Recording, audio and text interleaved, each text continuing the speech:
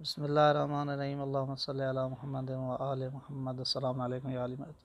जैसा कि कुछ दिनों से मुसलसल जो है कुछ दोस्तान राब्ते में थे और वो अरबी नहव पढ़ना चाहते थे, वो बोलना सीखना चाहते थे। तो उन्होंने कहा कि आप सब हमें कुछ ऐसे दुरूस पढ़ाएं या ऐसे दुरूस भेजें।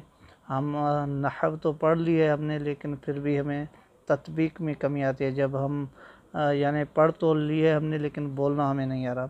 तो इसी टॉपिक पे हम अल्हम्दुलिल्लाह जो है दुरूस का आगाज़ कर रहे हैं। इसीलिए हमने इसका इन्वान रखा है आसान अरबी नहव और तत्बीक। क्योंकि मसला ये आता है कि हमारे तुलाब जो है पाकिस्तान में या दीगर जगहों पे अरबी नहव पढ़ तो लेते हैं, लेकिन तत्बीक नहीं कर पाते।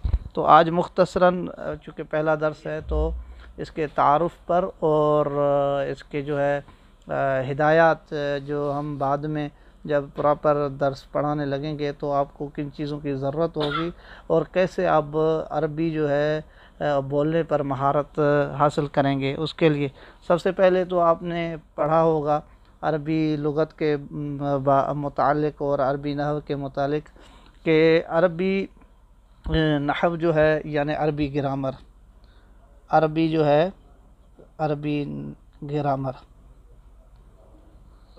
इसका मौजू क्या है आपको पता है कि इसका मौजू जो है कलिमात अरबिया या कहें कि कलमा और कलाम, इस तरह जो मुख्तलिफ आप पढ़ के आए हैं।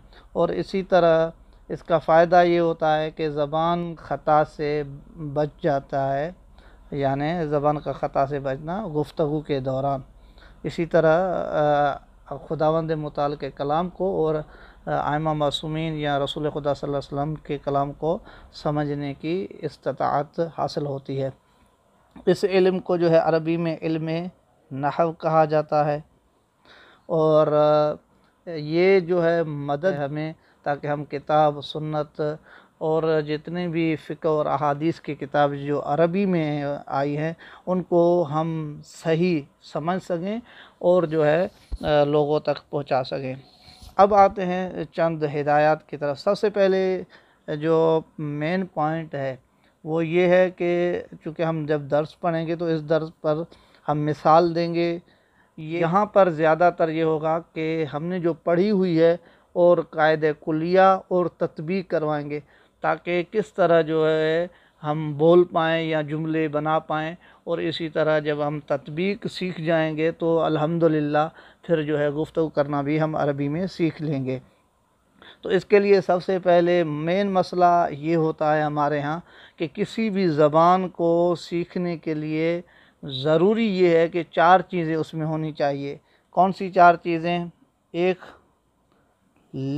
सुनना, 2 पढ़ना, 3 लिखना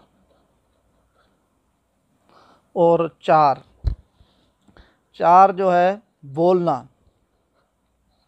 अब ये 4 चीज़ें जो है बयान की गई हैं कि इन 4 चीज़ें यानी आप जो उस्ताद के पास पढ़ रहे होते हैं तो उससे सुनते हैं, फिर पढ़ते हैं, फिर लिखते हैं, फिर बोलते हैं। जब तक आप इन 4 चीज़ों पर कवर नहीं करेंगे, जब तक आप 4 चीज़ों पर महारत हासिल नहीं करेंगे, तब तक आप किसी भी ज़बान को अच्छे तरीके से ना समझ सकेंगे और ना बोल सकेंगे। तो सबसे पहले हमारे यहाँ मसला ये आता है कि हम अरबी नहव तो पढ़ लेते हैं और सुनते भी हैं असातिज़ा से अरबी में, लेकिन उसको लिखने में जब आते हैं तो हम उसका तर्जुमा जो है उर्दू में, सिंधी में या किसी और ज़बान में लिख लेते हैं। हालांकि हमें चाहिए ये होता है कि 1-2 दफ़ा तत्बीक करने के बाद जब हम उर्दू में जो है लिख लेते हैं उसके बाद कोशिश करनी चाहिए कि हम उसकी तशरीह वज़ाहत ख़ुद अरबी में करें ताकि हमें पता चले कि हमारे अंदर कितनी महारत पैदा है। उसके बाद जो स्टेप आता है बोलने का, हमारे यहाँ बोलने को बिल्कुल भी अहमियत नहीं दी जाती और कोई भी नहीं बोलता। मदारस में ज़्यादातर जो है होंगे कुछ मदारस जो जिनमें इसमें बोलने पर तत्बीक करवाई जाती है, लेकिन ज़्यादातर जो है मदारस में बोलने पर फोकस नहीं किया जाता। और अगर बोलने की बारी आती है तो फ़कत वहाँ पर अगर मिसाल फ़र्ज़ कर लें कि अगर इब्तदाई दर्स हैं तो फिर वो गर्दाने हैं वो सर्फ ज़रब ज़रबा जैसे, या इसी तरह दीगर जो मिसालें हैं वो फ़कत उन्हें बुलवाई जाती हैं या वो बोलते हैं। लेकिन एक प्रॉपर तरीके से जैसे वो पढ़ के आया है उसको तत्बीक करके अपनी मानी को जो है समझा सके, इस तरह का बोलना नहीं हमें नज़र आता। जैसे कि आप देख लें, अगर इंग्लिश बच्चा पढ़ लेता है तो हम उससे ग्रामर में बोलना सिखाते हैं, जैसे वो वाट, हाउ, मैनी, इस तरह के वाई, आर, इस तरह जब वो सीख आता है तो फिर हमें उसे सवाल लिखवाते हैं कि वाट इज़ यूर नेम, यानी आपका नाम क्या है, इस तरह दीगर। लेकिन अरबी में इस तरह कुछ ख़ास जो है तवज्जो नहीं दी जाती, जिसकी वजह से बहुत सारे तुल्लाब जो है तत्बीकात में ख़ता करते हैं और पढ़ने के बावजूद यानी बोल नहीं पाते अरबी, और ज़्यादातर समझ भी नहीं पाते हैं।